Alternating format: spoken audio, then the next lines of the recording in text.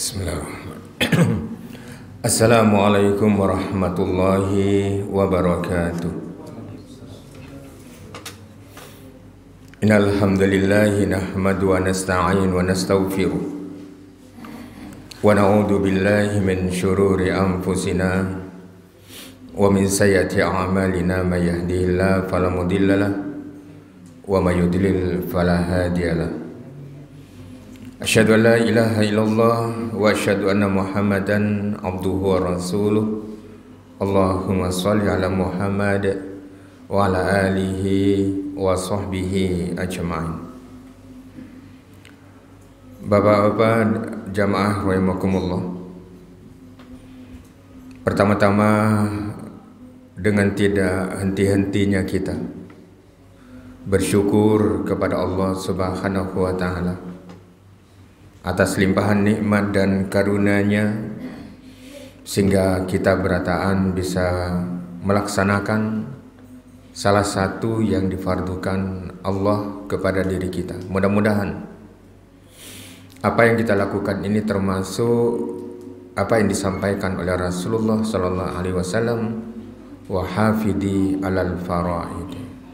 Artinya termasuk kepada golongan yang senantiasa menjaga, memelihara dan melaksanakan segala sesuatu yang Allah fardukan kepada diri kita. Dan yang kedua, duduknya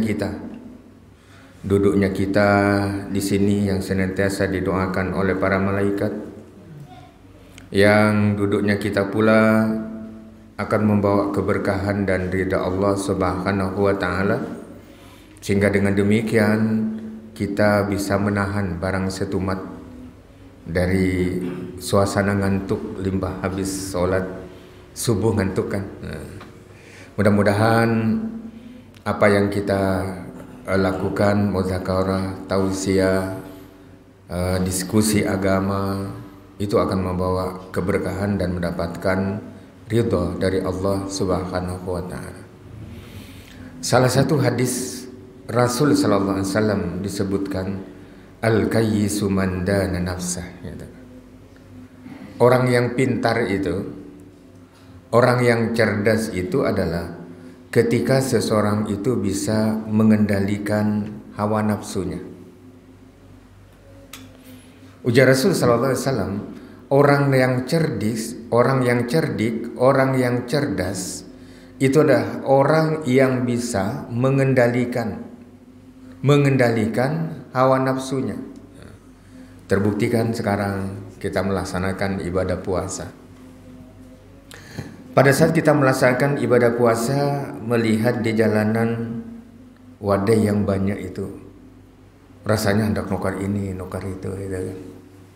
Tapi setelah kita tukar, pada waktu kita berbuka puasa, habis minum teh atau air putih, satu kurma, sudah rasakannya. Yang tadi ditukar itu sudah kita makan. Nah, itulah yang disebut dengan bagaimana nafsu kita ketika kita melihat makanan itu rasa semua hendak dimakan. Tapi limbah kita berbuka, coba pian perhatikan. Kita ngambil wadah sebuting aja, limbah itu minum. Rasa yang tadi gimana sudah selesai. Sehingga yang kita tukar itu kita makan. Nah, itulah yang disebut oleh Rasulullah SAW. Orang yang pintar itu, orang yang cerdas itu adalah ketika dia bisa mengendalikan hawa nafsunya. Salah satu di antaranya, itu contoh yang pertama. Contoh yang kedua adalah, kalaulah kita selesai melaksanakan ibadah sholat subuh, kita hendak madar, gitu kan? Hendak cepat bulik. Tapi pian punya kendali di situ, daripada ulun bulik sungsung kendak jua paling guring jua, gitu kan. Lebih baik kita duduk stumat, kita sama-sama mengkaji hadis-hadis Rasul sallallahu alaihi wasallam. Nah, itulah yang disebut dengan kita bisa mengendalikan hawa nafsu kita.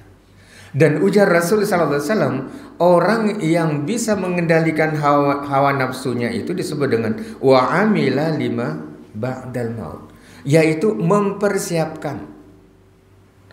Apa yang dipersiapkan? Amal. Nah, sehingga di akhir bulan Ramadan nanti ada yang disebut dengan amil. Gitu. Jadi kalau amil itu adalah orang yang bekerja untuk mengumpulkan zakat. Apakah zakat fitrah maupun zakat mal. Artinya itulah yang disebut dengan amil. Maka amal itu adalah kita, gawian kita. Maka itulah yang disebut dengan amal. Amal yang kita lakukan, duduknya pian di situ amaliyah kita. Duduknya kita di sini barang waktu 10 menit kah, 7 menit kah. Itu adalah amaliyah kita yang nantinya disebutkan oleh Rasul sallallahu alaihi wasallam, amaliyah wa amila lima ba'dal maut. Yang kita persiapkan nanti, amal itu akan mendampingi kita setelah kita dipanggil oleh Allah Subhanahu wa taala. Jadi bukan apa-apa yang kita bawa itu.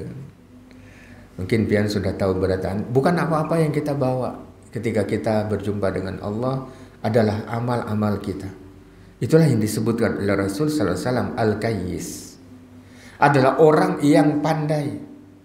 Orang-orang yang cerdas ketika dia pertama mengendalikan hawa nafsunya dan dia begawi dan dia melakukan sesuatu amalia barang setumat atau sedikit. Karena kata Allah Subhanahu wa taala, "Wa ma tuqaddimu li anfusikum min khairin tajiduhu indallah wa khairan wa a'zama ajra wastaghfirullah innallaha ghafurur rahim." Yang kata Allah Subhanahu wa taala dalam firman Allah Subhanahu wa taala, sekecil apapun kebaikan kita, itu kan jaminan gitu. Sekecil apapun kebaikan yang kita lakukan, pasti akan kembali yang kebaikan itu kepada siapa yang melakukannya. Wa ma tuqaddimu li anfusikum min khairin tajidu indallah. Apakah kita menyumbang di musala ini? Apakah kita membukakan orang berpuasa? Itu kan sebuah kebaikan yang disebutkan di dalam Al-Quran disebut dengan khair. Wa ma tuqaddimu li anfusikum min khairin. Dari sesuatu yang baik itu. Yang kita lakukan, apakah kita bersedekah, apakah kita membantu orang lain, atau minimal kita memberikan jalan keluar saudara-saudara kita yang mendapatkan kesulitan, yang ketika orang itu bertanya kepada diri kita, lalu kita memberikan jawaban, itu disebut min khairin. Suatu kebaikan yang kita lakukan. Sehingga kata Rasulullah SAW, kebaikan yang kita lakukan tidak ada tujuan lain adalah gasan sanggup kita jual. Biar bahasa Banjar itu gasan sanggup kita jual. 5 ba'dal maut nanti. Dan nanti diterima tidak kelihatan di sini. Tidak ketahuan di sini. Nanti kita akan terima ketika nanti kita akan dipanggil oleh Allah Subhanahu wa taala. Sebaliknya kata Rasul sallallahu alaihi wasallam, wal ajiz. Ajiz itu adalah orang yang lemah. Wal ajiz, orang yang malas. Yang disebutkan dari hadis Rasul sallallahu alaihi wasallam, man atba'a nafsahu hawahu wa tamanna 'ala Allah. Sebaliknya kalau tadi disebutkan dengan orang yang cerdas, maka kata Rasul sallallahu alaihi wasallam, ada orang yang disebut dengan orang yang malas. Ada yang disebut dengan orang-orang yang pengoler. Apa yang disebut dengan Rasul sallallahu alaihi wasallam? Kenapa Rasul menyebutkan demikian? Rasul mengatakan orang yang pengoler itu adalah orang yang senantiasa mengikuti hawa nafsunya. Kalau tadi disebutkan mandana, nang menahan. Tapi kalau orang yang pengoler itu atba'a, atau disebut dengan ittabi. Kalau bahasa anak muda follow gitu kan. Orang yang senantiasa mengikuti hawa. Apa yang diikuti? Nafsunya. Dan ketika dia mengikuti nafsunya, kata Rasulullah SAW, orang itu selalu berangan-angan. Dia selalu bermimpi. Mudah-mudahan kita berataan masuk surga, gitu kan. Tapi dia cuma angan-angan. Kenapa disebut dengan angan-angan? Disuruh melakukan kebaikan dia kadang mau. Disuruh melakukan sholat, kena dulu. Disuruh melakukan ibadah puasa. Paling puasanya dilakukan pada saat permulaan dan terakhir. Di tengah-tengahnya bolong. Itu berangan-angan untuk mendapatkan surga Allah. Akan tapi dia tidak menjalankan apa yang menjadi kewajiban kepadanya. Artinya orang itu berangan-angan.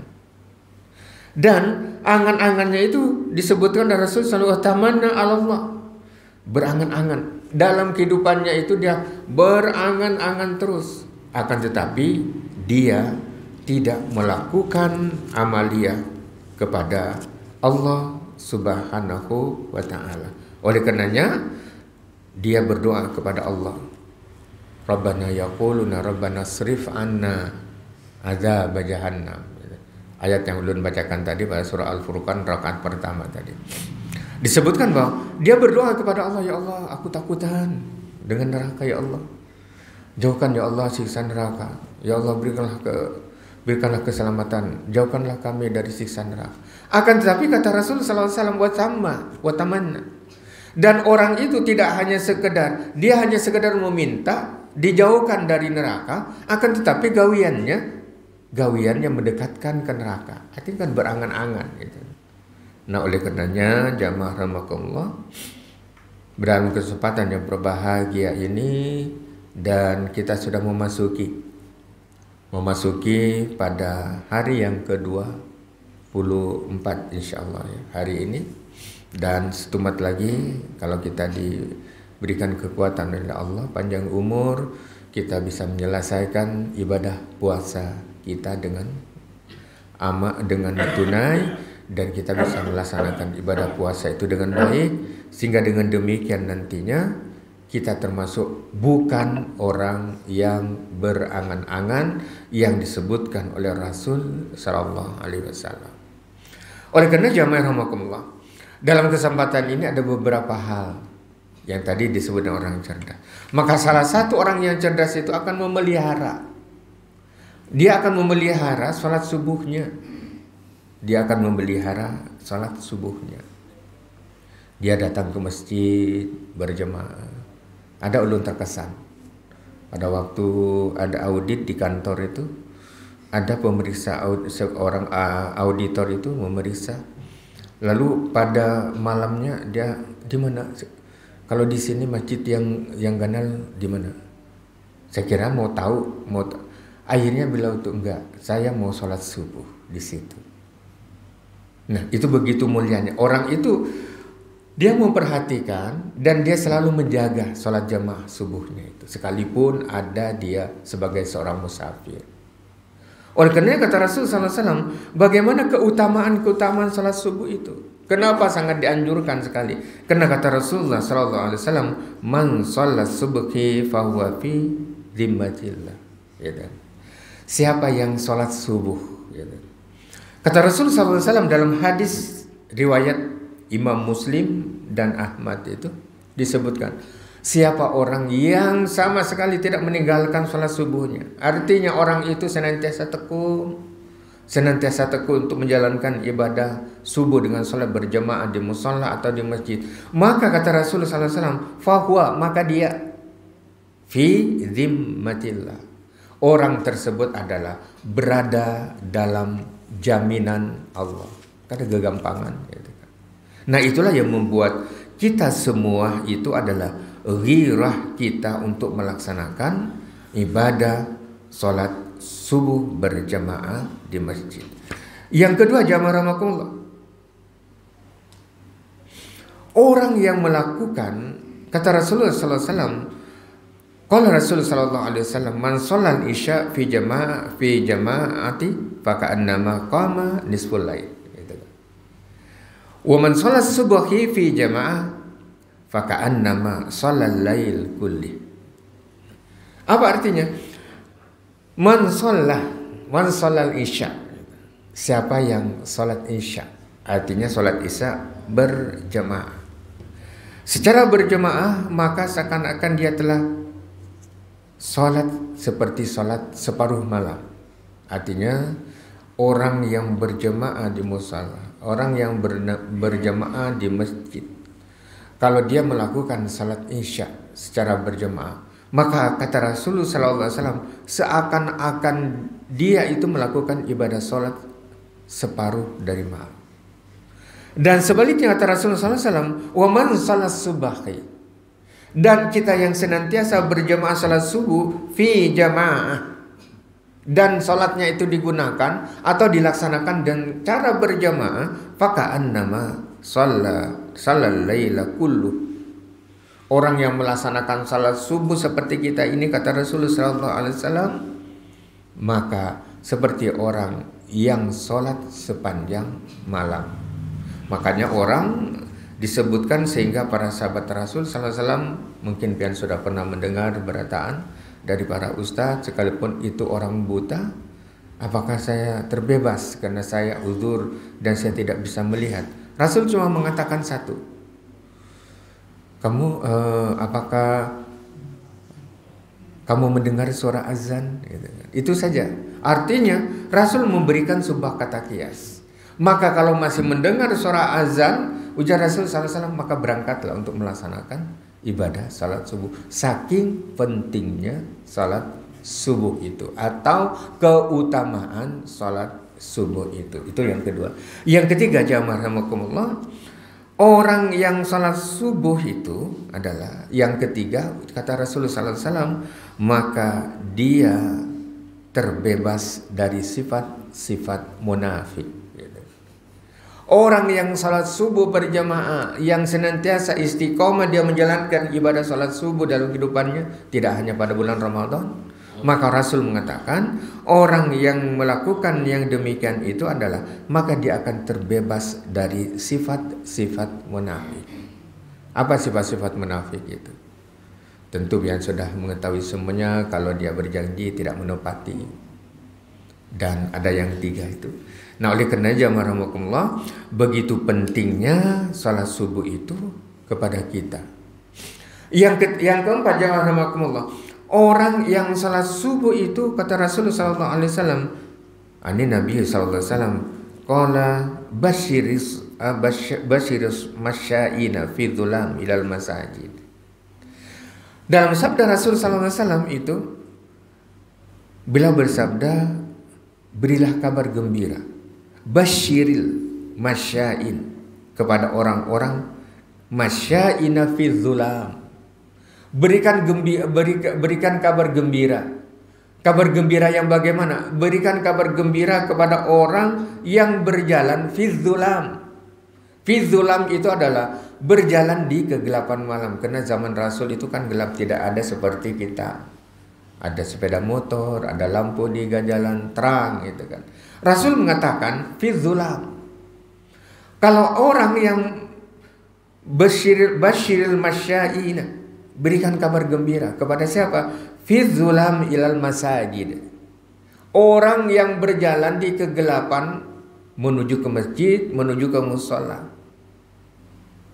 Maka kata Rasulullah SAW, orang yang demikian bin nurit tammi, nanti kata Rasulullah SAW, bin nurit tammi yaumal qiyamah, orang yang demikian itu nanti bin nur, nanti di yaumil qiyamah itu muka dia, wajah dia akan bercahaya, beda dengan wajah-wajah orang lain. Beda dengan wajah-wajah orang lain. Di mana itu? Ketika kita semuanya dikumpul di padang mahsyar fi yaumil qiyamah. Itulah keutamaan masyaina fil dhulam, orang yang berjalan di tengah kegelapan. Sehingga orang disebut dengan zalim itu karena orang itu sebetulnya gelap mata, gelap hatinya. Sanggup dia menzalimi orang lain, sanggup dia menzalimi saudaranya. Maka orang yang menzalimi orang lain itu disebut dengan orang yang gelap hatinya, belum terbuka. Sudah nyata-nyata hak orang lain, akan tapi diambil. Karena apa aku ini hanya untuk menang dirinya sendiri. Nah, itulah yang disebut dengan orang zalim. Sama kata Rasul SAW, bagi kita yang berjalan menuju ke masjid untuk sholat subuh, maka nanti kata Rasulullah SAW, wajah kita di tengah-tengah kita berkumpul di mahsyar nanti. Dan ketika kita dikumpulkan nanti, wajah-wajah orang itu akan berbinuri. Dan bukan hanya sekadar binuri, maka Rasul menyebutkan binuri tammi. Artinya adalah orang itu menuju masjid dengan cahaya taman. Taman itu adalah sempurna. Cahayanya itu berkilau sempurna, semuanya orang bisa melihat.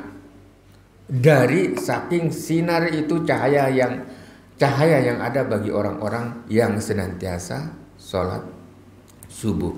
Itulah beberapa keutamaan bagi seseorang yang melaksanakan sholat subuh itu. Yang terakhir ujar Rasulullah SAW, orang yang melaksanakan sholat subuh itu, orang yang melaksanakan sholat subuh atau orang yang melaksanakan sholat sunnah qabliyah subuh itu.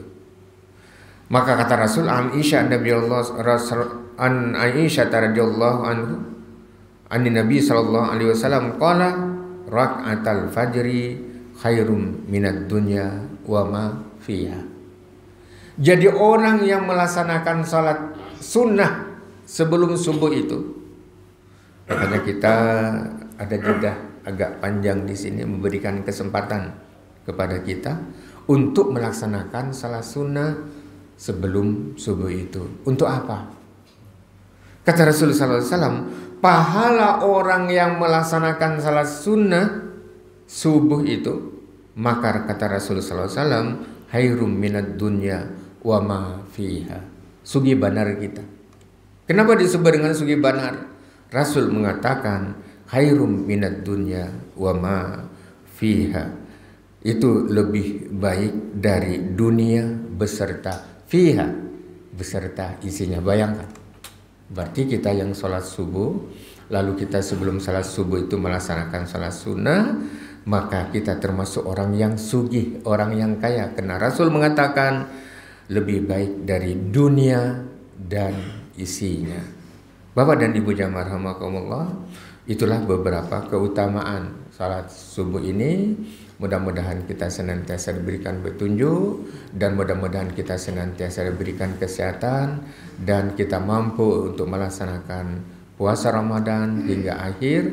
Dan yang kedua, apa yang kita kerjakan, apa yang kita perbuat, ibadah yang kita lakukan, sedekah yang kita lakukan, semuanya akan diijabah, diterima oleh Allah Subhanahu wa ta'ala. Bapak dan Ibu jamaah rahimakumullah, itu saja yang ulun sampaikan pada kesempatan ini, kesempatan yang baik ini. Keutamaan salat subuh itu yang pertama, dan yang kedua adalah orang yang cerdas, dan kebalikannya orang yang pemalas itu apa, dan orang yang cerdas itu apa, dan yang ketiga adalah keutamaan sholat subuh. Mudah-mudahan kita menjadi orang yang cerdas, yang senantiasa memelihara dan menegakkan sholat subuh dan memakmurkan musala kita ini. Demikian yang dapat ulun sampaikan. Mudah-mudahan ada guna dan manfaatnya. Mohon maaf kalau ada kesalahan kata dari ulun.